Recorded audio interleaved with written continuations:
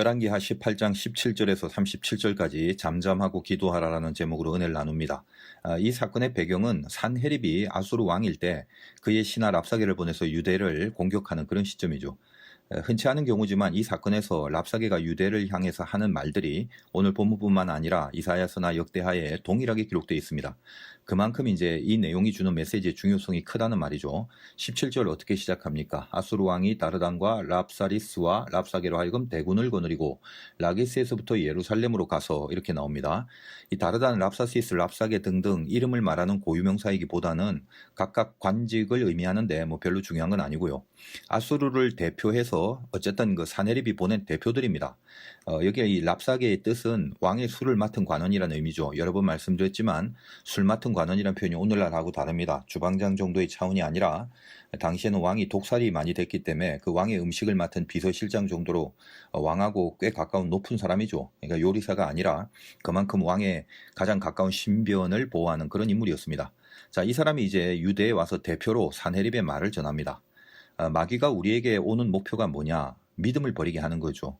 그 방법 중에 제1번이 현실을 직시하게 만드는 겁니다. 현실만 직시하게 하죠. 그래서 본질을 못 보게 합니다. 본질을 통해서 현실을 해석해내는 거, 이게 믿음인데 현실만 보게 하고 현실에만 집중하게 만듭니다. 19절 보겠습니다. 랍사게가 그들에게 이르되 너희는 히스기야에게 말하라. 대왕 아수르의 왕의 말씀이 네가 의뢰하느니 이 의뢰가 뭐냐? 이렇게 얘기를 하죠. 그러니까 너희들 믿는 게 도대체 뭐냐?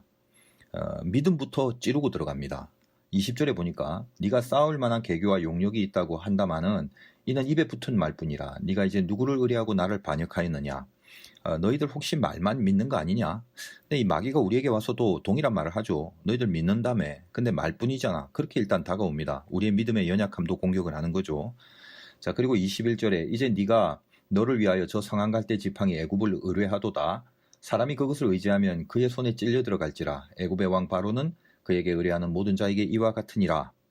자, 가만 보니까 니네 애굽의 도움을 바라고 있네. 애굽을 믿는 거네. 그렇게 접근한다는 겁니다. 그런데 23절에 보니까 청하건대 이제 너는 내 주 아수르 왕과 내기하라.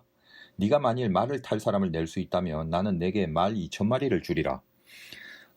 그러니까 너희들이 말을 타고 싸울 군사라도 있느냐? 있으면 우리가 자 말 줄게. 한번 말 타고 한번 싸워봐. 현실 직시해봐. 우리가 말을 많이 줘도 너희들 중에 말 탈 자도 없는데 뭘 싸우겠다고 그러냐? 안 그러냐? 그러면서 이스라엘의 연약한 현실을 계속 바라보게 만듭니다. 그리고 이제 24절에 네가 어찌 내 주의 신하 중 지극히 작은 지휘관 한 사람인들 물리치며 애굽을 의뢰하고 그 병고와 기병을 얻을 듯하냐? 아주 작은 지방의 지휘관 정도도 이기지 못할 정도인데 니네들이 쉽게 말하면 일개 소대 정도도 이기지 못하면서 뭔 애굽을 힘입어서 뭘 어떻게 하겠다고 그러고 있냐? 그런 말이죠. 그리고 나서 이제 결정적으로 25절에 보니까 내가 어찌 여호와의 뜻이 아니고야 이제 이곳을 멸하러 올라왔겠느냐? 여호와께서 전에 내게 이르시기를 이 땅으로 올라와서 쳐서 멸하라 하셨느니라 하는지라. 이거는 완전히 놀리는 거죠. 주객이 전도되고 있습니다. 하나님이 너희를 치게 하는 게 그게 하나님의 뜻이다라는 경지까지 말하고 있는 거죠. 이 랍사게의 말재간을 보면 사네립이 왜 랍사게를 보냈는지 이해가 됩니다. 자, 오늘 이 랍사게의 말들 속에는 마귀의 그 원리들이 다 들어가 있습니다. 다 마귀가 하는 말이라고 보면 되는데요. 이런 내용들이 우리에게 적용될 영적인 메시지가 무엇입니까? 자, 현실 똑바로 직시해봐. 너희들 어차피 믿음으로 승산이 없어. 그러니까 세상으로 돌아서라. 그게 오히려 하나님의 뜻이다. 이제 그런 식이 되는 거죠. 이 내용을 통해서 마귀가 우리를 공격하는 두 가지 포인트가 있습니다. 첫 번째는 영적인 믿음보다 현실적 논리에 집중하게 만든다는 겁니다. 마귀가요, 설득력이 있어요. 굉장히 강합니다. 이 시대는 총칼의 싸움이 아니라 이게 버튼 하나 누르는 그런 싸움이듯이 마귀가 예전에는 핍박하고 박해하고 그런 걸로 다가왔지만 요즘은 이성적 설득을 통해서 접근합니다. 그러니까 아까 뭐죠? 말을 갖다 줘도 니네 못하잖아. 다시 말해서 니네들 신앙 가지고 산다고 해서 현실이 해결되는지 봐라. 분석 한번 해봐. 애굽을 의지해서 아수르를 이겼던 나라들이 있더냐? 정보를 잘 보라는 거죠. 끄떡여지죠. 주위를 돌아보니까 많은 나라들이 아수르에게 다 멸망당했지 않습니까? 남유다만 빼고. 봐라, 이게 대세다. 이 대세를 잘 봐야지. 이게 하나님의 뜻이라고 말할 정도로 설득력을 가진 말을 하고 있다는 겁니다. 얼마나 이게 근거가 있는 논리입니까? 29절에서 30절에 이렇게 얘기합니다. 왕의 말씀이 너희는 히스기야에게 속지 마라. 그가 너희를 내 손에서 건져내지 못하리라. 또한 히스기야가 너희에게 여호와를 의뢰하라 함을 듣지 말라. 그가 이르기를 여호와께서 반드시 우리를 건지실지라 이 성읍이 아수르 왕에 함락되지 아니하게 하시리라 할지라도 너희는 히스기야의 말을 듣지 마라. 그러니까 너희들 괜히 히스기야 왕한테 미혹되지 마라, 그렇게 말하는 겁니다. 히스기야 말을 들어보면 상식이 있는 말이냐, 그게 현실을 봐라, 안 되는 걸 왜 모르냐, 이런 그 마귀의 논리를 한번 잘 생각해 보십시오. 이래저래 끄떡이게 만들지만 결국 뭐죠? 하나님을 의지하는 것이 방법이 아니라고 말한다. 그러면 그거 전부 다 마귀의 논리다라는 것입니다. 여기 속지 말아야 될 것을 이야기하고 있습니다. 사람의 생각으로 그 생각이 수긍한 것들은 사실은 거의 다 사람이 만든 것뿐입니다. 인간이 자기 생각으로 뭘 수긍할 때 그 배후에는 인간의 말 외에는 다른 게 사실은 없어요. 여러분, 철학이나 다른 종교의 경전들의 그 내용들을 쭉 읽어보면 상당히 끄떡거려집니다. 왜냐? 인간에게서 나온 것이기 때문에 이성적 수긍이 되게끔 썼단 말이에요. 왜? 인간의 이성이 썼기 때문에요. 그러나 기독교는 어떻습니까? 성경을 읽어보면 끄떡끄떡이 아니라 자꾸 갸우뚱갸우뚱이죠. 이상하다는 겁니다. 갑자기 바다가 갈라져요. 삼위가 일체가 돼요. 동정녀가 아기를 낳습니다. 2000년 전에 한 사람의 죽음이 그 이후에 모든 인간의 죄를 용서한답니다. 이게 끄떡거려지지 않는 거죠. 뭐 불교나 혹은 뭐 다른 이단 종교나 그런 거 보면요, 들어보면 끄떡거려지는 것들이 굉장히 많아요. 왜요? 사람한테서 나오는 것이기 때문에. 그렇죠. 우리는 왜 근데 갸우뚱거립니까? 그건 하나님께로부터 나온 것이기 때문에 갸우뚱거려요. 여러분이 예를 들면 종교를 하나 만든다고 생각해 보세요. 뭐 이단 교주는 아니지만 내가 종교 하나 만들어야겠다 생각하면서, 그런데 그 종교의 본질적 내용을 말입니다. 사람 하나 죽여서 모든 인간의 죄를 용서해 주기로 하자, 이런 레파토리로 종교를 만들어내고 그런 레파토리로 종교를 창설할 생각을 감히 할 수나 있겠습니까? 그냥 뭐 종교 그러니까 전능하다, 뭐 전지하다, 그런 능력에만 언급을 하고 능력에만 초점을 모아서 신을 만들지, 그 인간이 상상할 수 없는 그런 방법으로 구원을 이룬다는 게 그 자체가 인간에게서 나오는 게 아니거든요. 그게 신비입니다. 신비 덩어리라고요. 저는 그래서 사실 기독교를 믿습니다. 그리고 우리는 갸우뚱거려도 어느덧 가만 보면 또 이 자리에 있잖아요. 그것도 참 신비죠. 그게 초월입니다. 그게 진짜죠. 아직도 우리는 연약해서 갸우뚱거리고 있다 할지라도 여전히 우리의 심장이 하나님께로 향하고 있다는 거, 그게 은혜가 아니면 설명이 안 되는 거 아니겠습니까? 안 믿겠다는 사람은 전부 다 사실 논리가 있어요. 미워하는 것도 논리가 있고 싸우고 반대하는 것도 전부 다 자기 논리가 있습니다. 죽이고 싶어도 이유가 있는 거예요. 마귀가 주는 논리가 있다는 겁니다. 하나님이 원하지 않는 결론인데도 내 안에 형성된 논리가 현실만 자꾸 바라보게 한다는 거예요. 그래서 마귀의 논리는 믿음을 죽여버리는 목표로 치닫게 가고, 또 하나님을 향한 믿음은 또 승리의 생명으로 치닫고 가게 된다는 것입니다. 이 마귀의 공격 포인트 중에 두 번째는 배부르게 할 것을 가장 앞에 세웁니다. 26절에서 27절 보니까, hil기야의 아들 엘리야김과 셈나와 요아 랍사에게 이르되 우리가 알아듣겠사오니 청하건대 아람 말로 당신의 종들에게 말씀하시고 성위에 있는 백성이 듣는 데서 유다 말로 우리에게 말씀하지 마옵소서. 랍사게가 그에게 이르되 내 주께서 내 주와 내게만 이 말을 하라고 나를 보낸 것이냐? 성위에 앉은 사람들도 너희와 함께 자기의 대변을 먹게 하고 자기의 소변을 마시게 하신 것이 아니냐 하고, 랍사게가 외국어를 유창하게 했습니다. 히브리 말로 하니까 그 사절단들이 그냥 당신들 말인 아람어로 하라고 그러죠. 아람어 해도 우리는 알아듣는다. 그러나 히브리 말로 하면 성위의 유다 사람들이 다 듣지 않느냐, 곤란하다. 그랬더니 이제 랍사게가 뭐라고 합니까? 너희들 이제 나중에 먹을 거 없어갖고 소변 대변을 다 먹게 될 건데 그 정도는 다 알고는 있어야 하지 않느냐. 그래서 니네 유다인들 다 알아들으라고 내가 일부러 히브리 말로 그렇게 외국어 하는 거야. 니들이 이제 다 굶어 죽게 되는데 알기나 하냐? 지금 그런 말이죠. 사람이 물론 먹어야 합니다. 그러나 떡을 위해서 말씀을 포기하게 만드는 거, 이게 마귀의 공격이거든요. 31절하고 32절 보십시오. 너희는 히스기야 말을 듣지 마라. 아수르 왕의 말씀이 너희는 내게 항복하고 내게로 나아오라. 그리하고 너희는 각각 그의 포도와 무화과를 먹고 또한 각각 자기의 우물의 물을 마시라. 내가 장차 와서 너희를 한 지방으로 옮기리니 그곳은 너희 본토와 같은 지방, 곧 곡식과 포도주가 있는 지방이요 떡과 포도원이 있는 지방이요 기름 나는 감람과 꿀이 있는 지방이라. 너희가 살고 죽지 아니하리라. 히스기야가 너희를 설득하여 이르기를 여호와께서 우리를 건지시리라 하여도 히스기야에게 듣지 마라. 자, 신앙 버려라. 히스기야 말 듣지 마라 라는 보상으로 주는 달콤한 게 뭐죠? 포도주, 무화과, 곡식, 기름 등등 배부르게 하는 것으로 유혹하죠. 모든 인생은 결핍이 다 있게 마련입니다. 하나님 안에서 또 유독 결핍은 다 있을 수밖에 없어요. 왜냐하면 그 결핍을 극복하는 과정이 우리에게 필요하기 때문입니다. 결핍을 극복할 때 약속을 받아낼 그 믿음의 그릇이 생기기 때문이죠. 늘 말씀드리지만 광야의 영성이 그거지 않습니까? 약속의 땅에 들어갈 수 있는 믿음의 그릇을 키우는 과정이 광야잖아요. 결핍을 극복함으로 대표적으로 두 가지 영성을 얻게 하기 위함입니다. 첫째는 겸손하게 되죠. 내가 사는 게 아니라 인생이란 건 내 힘으로 절대 살 수 있는 게 아니다라는 겸손을 그 결핍의 과정 가운데 터득하게 됩니다. 그리고 또 하나는 감사를 알게 되죠. 야, 이것마저 없었으면 어쩔 뻔했는지 그걸 알게 되는 거죠. 그래서 결국은 전체를 보게 해서 약속을 향해서 나아가는 오로지 하나님만 의지하려고 하는 그 영성을 주는 것입니다. 겸손과 감사. 그래서 그쪽으로 가지 않으면 결핍 때문에 하나님을 오히려 떠나게 합니다. 여러분 욥기 한번 보십시오. 욥 같은 의인도 결핍의 광야로 하나님이 내모셨는데 그게 하나님의 뜻인데 우리가 의인도 아닌데 뭘 그렇게 부족함 없이 풍성해지기만을 바라냐 그거죠. 마귀는 결핍을 통해서 무엇을 노립니까? 하나님이 결핍을 통해서 겸손과 감사를 우리에게 이끌어내는 그런 인도하심이 있다고 한다면 마귀는요 늘 이렇게 시험에는 이중성이 있어갖고 그걸 믿음이 이용하느냐 마귀가 이용하느냐에 따라서 종이 한 장 차이로 갈라지거든요. 마귀는 결핍을 통해서 우리를 배고프게 하는 아픔을 주려는 그런 목표가 아닙니다. 마귀의 궁극적 목표는 결핍을 통해서 의심을 갖게 만드는 거예요. 이거 도대체 하나님이 살아 계시는 거야? 그런 의심을 가지게 만드는 거죠. 믿음으로 산다는 게 과연 이게 맞는 거 맞아? 이런 식이죠. 그들의 신은 배요. 성경의 말씀 아닙니까? 세상 사람들에게 있어서 신은 배라는 겁니다. 먹는 거. 위장 말이죠. 배를 부르게 해주면 그게 신이란 말이에요. 이게 세상 사람들의 생각입니다. 그러니까 신이 더 세게 도우시면 배가 더 불러지겠죠. 그 유명한 우화가 있지 않습니까?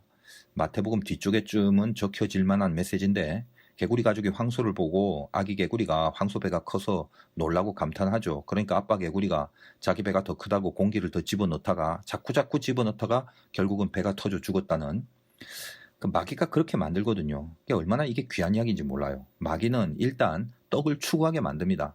자기 신이 배라면 그 자꾸 떡만 생각날 거 아니겠습니까? 예수님에게 시험한 첫 번째도 그거거든요. 너 개구리처럼 배를 자꾸 크게 해라. 그거죠. 홍수 심판의 이유가 무엇이었습니까? 사실 정말 별거 아니거든요. 성경이 정확하게 홍수 심판에 대해서 진단을 해줍니다. 사람들이 먹고 마시고 결혼하는 거. 그것뿐이더라는 거예요. 그게 심판받을 자들의 모습이란 겁니다. 먹고 마시지 말라는 게 아니라고 그랬죠. 먹고 마시는 것 뿐이란 말입니다. 그래서 심판의 이유가 되는 거예요. 여러분 사는 게 돈 버는 이유밖에 없는 거 그걸로 모든 희노애락을 삼고 사는 거 그게 인간들 아닙니까? 그거 자체가 이미 비참한 심판이 아니겠습니까? 성경에 한 데나리온 품삯의 비유가 있어요. 한 데나리온이라고 하면 노동자의 1일 품삯이지 않습니까? 그러니까 그날 하루를 배 안 고프게 굶지 않게 해주는 그런 분량이란 말이죠. 하루 잘 먹고 살 수 있는 금액이라서 만약에 나중에 온 자들이 없었다면 먼저 온 자가 한 데나리온만 일 잘하고 잘 받아갔더라면 그 먼저 와서 일하고 돈 받은 그 사람들에게는 감사가 있었겠죠. 근데 먼저 온 자들이나 나중 온 자들이 동일한 금액을 주니까 열받아 하잖아요. 마태복음에 소개된 그 내용을 보면요. 주인이 누구를 일꾼으로 불렀나 그걸 보라고요. 뭐 하고 있던 사람들을 부른 거예요? 다른 데서 일 잘하고 있는 사람 부른 게 아닙니다. 성경은 장터에서 놀고 있는 사람이라고 얘기합니다. 그들은 안 불렀으면 그날 못 먹고 굶을 사람들이라고요. 근데 뭐죠? 이미 하루를 먹을 수 있는 충분한 돈을 받았죠. 원래는 그것도 없어야 할 사람들이었단 말이에요. 근데 그런 은혜를 받은 거죠. 근데 감사가 없어요. 상대적 비교 때문이었습니다. 상대적으로 배부르지 않으면 자기가 덜 얻은 것 같은 생각을 한단 말이에요. 이거 우리들 모습 아닙니까? 내 배가 터져 죽더라도 난 저 황소보다 커야 한다는 개구리들이죠. 상대적 배부름의 나라, 이 상대성이 적용된 나라는 하나님 나라가 아닙니다. 다른 이들을 밟아서 내가 더 앞서야 한다는 생각, 이건 세상 논리죠. 세상의 악입니다. 기독교는 뭐죠? 절대 가치죠. 하나님을 소유하는 거 그거 가장 커다란 절대 가치가 바로 그거라는 걸 알고 사는 거 아니겠습니까? 먼저 온 사람이 왜 억울해하는 겁니까? 먼저 와서 더 많은 시간을 주인의 일에 참여했잖아요. 여러분 달란트 비유해 보면 주님이 그 달란트 비유에서 착하고 충성된 종아 해놓고 내 주인의 즐거움에 참여하라. 그게 보상 아니겠습니까? 주인은 일을 시키는 게 아니라 같이 있고 싶은 거죠. 근데 불평하던 자들은 뭐예요? 주인과, 즉 하나님과 더 오랫동안 더 많은 시간을 함께했던 그 가치는 하나도 못 느끼는 겁니다. 왜요? 그들의 신은 배였기 때문입니다. 이런 깨달음이 없으면 마귀의 논리에 다 넘어가요. 마귀는 현실을 봐라, 현상만 봐라. 세상의 신은 배다, 그걸 위해 살아라. 이게 얼마나 땡기는 말인지 모릅니다. 그러면서 결국은 결정적인 조롱을 합니다. 33절에서 35절 볼까요? 민족의 신들 중에 어느 한 신이 그의 땅을 아수르 왕의 손에서 건진 자가 있느냐?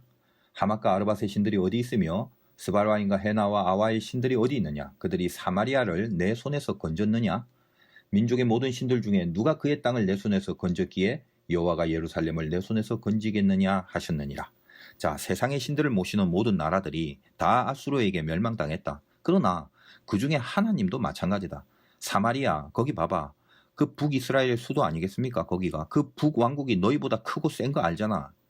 근데 그 북왕국이 뭐 하나님 안 믿었냐? 딴 거 믿었냐? 그러니까 하나님 믿었던 북왕국도 우리 아수르에게 망했는데 니들은 북왕국보다 힘도 없으면서 뭘 믿는답시고 그러고 있냐? 그 말이죠. 랍사게가 정말 예리한 인물임에 틀림없습니다. 유다의 상황을 다 파악하고 그 종교적 핵심이 뭔지, 뭘 건드려야 항복하는지 흠잡을 데 없는 속삭임을 하고 있는 거예요. 여기에 반박하거나 랍사게의 말을 부인하고 감히 저항할 사람들이 몇이나 될 것 같습니까? 만약에 유대가 이 점에 대해서 지들도 100분 토론을 했다면요. 거의 다 깨지고 멘탈 나가고 아주 그냥 행복하게 백기 들고 항복했을 것 아니겠습니까? 그러나 여기에서 이제 히스기야가 한 것이 무엇입니까? 36절하고 37절. 그러나 백성이 잠잠하고 한마디도 그에게 대답하지 아니하니 이는 왕이 명령하여 대답하지 말라 하였습니다. 이에 hil기야의 아들로서 왕국 내의 책임자인 엘리야긴과 서기관 셈나와 아삽의 아들 사간 요아가 옷을 찢고 히스기야에게 나아가서 랍사게의 말을 전하니라. 백성들로 하여금 잠잠하라. 한마디도 하지 마라. 그리고 히스기야는 이제 비장한 기도 속으로 들어가죠. 그 기도를 통해서 다음 시간에 하나님의 역사가 나타나게 되는 것을 보게 됩니다. 우리가 오늘 붙들어야 할 말씀이 이겁니다. 잠잠할 수 있는 믿음이 필요하다는 거예요. 여러분, 마귀의 논리를 이길 수 있는 이성은 인간에게 없습니다. 현실적이라는 의미에서 합리적이고 결국은 손해보지 않겠다는 판단으로 끌려가게 되는 겁니다. 잠잠해야 할 이유가 뭐죠? 내가 마귀의 대화를 내 스스로가 하겠다는 것이 아니라 내가 싸우면 바로 지는 겁니다. 하나님이 말씀하시게 해야 한다는 거예요. 그래서 기도 속으로 들어가는 겁니다. 기도 없이 자기 생각과 자기 판단으로 절대 마귀 이길 수 없습니다. 잠잠할 수 있는 기간이 중요합니다. 자기의 말을 다 해버리면 더 이상 기도의 동력이 생기지 않아요. 말을 하는 동안 자아가 강팍해집니다. 누구나 마찬가지예요. 그래서 자아가 강팍해지면 기도가 죽게 된단 말이에요. 기도라는 게 뭐죠? 나의 뜻을 하나님의 뜻 앞에서 고치거나 바꾸거나 혹은 옳은 것이 있을 때는 더 강한 용기를 얻게 하는 능력이 생기게 하는 것, 그게 기도인데 한 번에 바로 그런 믿음으로 옮겨지지는 않습니다. 잠잠한 동안이 필요해요. 그 동안은 그 문제를 기도로 끌어가야 할 그 마음의 인도하심을 받는 순간이 됩니다. 그래서 실은 그 잠잠한 순간이 기도보다 치열한 자기와의 싸움이 진행되는 시점이라는 겁니다. 어떤 문제라도 항상 논쟁을 통해서 해결함을 받은 적은 없습니다. 잠잠히 있다가 기도하고 행동합니다. 기도를 통한 행동으로 그 문제가 풀려지는 거죠. 한나가 있지 않습니까? 수태치 못함을 분인나가 자꾸 건드려서 격분케 만들지만 거기서 논쟁하지 않아요. 분인나를 향하여 잠잠히 아무런 말을 하지 않습니다. 슬픈 가슴 안고 눈물로 하나님께 나아가 기도하죠. 한나의 기도가 터져 나오기까지 분인나의 공격 앞에서 잠잠한 그 자기와의 싸움을 하지 않았겠습니까? 뭐 입장으로 보면, 조건으로 보면 남편이 한나를 사랑하니까 충분히 같이 공격하고 분인나와 따지고 뒤집어 풀 조건은 분명히 충분했습니다. 그러나 잠잠하고 기도로 나아갑니다. 거기서 사무엘을 낳게 되는 응답을 받아내는 거죠. 우리들의 모습을 보면 현실적인 것에 대해서는 참 할 말이 많아요. 다들 똑똑해요. 생각은 인간에게서 나오기 때문입니다. 그리고 그 생각을 마귀는 현실이라는 필드에서만 따지게 만들어 놓습니다. 근데 가만 보면 교인들이 영적인 것에 대해서는 별로 할 말이 없어요. 현실적인 것에 대해서는 말들이 많아요. 왜요? 영적인 경험들을 못하고 살기 때문입니다. 현실에 대한 영적인 해석이 안 되는 거죠. 하나님이 말하시게 하면 거의 다 자기의 말과는 다 다를 겁니다. 그렇다면 적어도 자기의 어리석음과 죄성을 알고 있다면 하나님이 그 문제에 대해서 말하시게 할 기회를 드려야 하는 건데 그걸 잠잠히 이양할 그런 믿음의 여력이 없는 겁니다. 마귀는 우리에게 이 현실을 제시하면서 설득합니다. 손해보지 않을 기준을 갖고 설득시킵니다. 그래서 늘 떡에 대한 목표를 가장 앞세우고 그게 가장 큰 가치라는 것에 자기도 모르게 동의해버리게 만듭니다. 잠잠한 후에 기도하는 믿음의 모습으로 여러분들은 나아가 주시기를 바라요. 하나님이 말씀하시게 하는 시간을 가지시기 바랍니다. 혹시 믿음이 연약하고 늘 어리석어서 기도를 하려 해도 뭐가 하나님의 뜻인지 잘 모르는 경우가 있을 수도 있습니다. 그리고 분명히 하나님의 뜻이 다른 건데 그 자기 생각을 고집하는 것으로 기도를 그냥 해치워버리는 그런 경우도 꽤 많아요. 그래서 혹시 이제 초신자들이나 연약한 믿음이 있는 자를 위해서 제가 그냥 결론적인 팁을 하나 드립니다. 하나님의 뜻이 무엇인지 잘 모르겠으면요, 이걸 선택하면 돼요. 손해보는 거, 내가 희생하는 거, 다툼을 피하게 되는 거, 억울해지는 거, 그쪽으로 가시면 됩니다. 왜요? 그게 십자가의 본질이기 때문입니다. 말만 들어도 믿질 것 같죠? 그러시죠? 걱정하지 마십시오. 하나님이 믿지지 않게 해주십니다. 기도를 제대로 한 사람들은 걱정하지 마요. 하나님이 모든 것을 대신해 주십니다. 승리하시기를 주님의 이름으로 축원드립니다. 우리 잠깐 기도하겠습니다. 하나님, 코로나로 요즘 좀 더 심해지는 것 같습니다. 은혜 가운데 속히 질병을 잠재워 주시고 우리 사랑하는 화두교의 모든 성도님들 건강하여 아프지 말고 다치지 말고 마음 상하지 않고 또 연약한 마음으로 또 해당하지 않도록 주님께서 붙들어 주시길 간절히 원합니다. 주님 전에 나와서 마음껏 부르짖고 기도할 수 있도록 해주시기를 바랍니다. 그러나 그럼에도 지금 오히려 가정마다 드려지는 기도회로 인해서 성령이 충만한 가정들이 다 되게 하시고 또 가족끼리도 서로 희생하고 화평하고 내가 먼저 잠잠해질 수 있는 그런 기도의 사람들이 다 되게 하여 주시옵소서.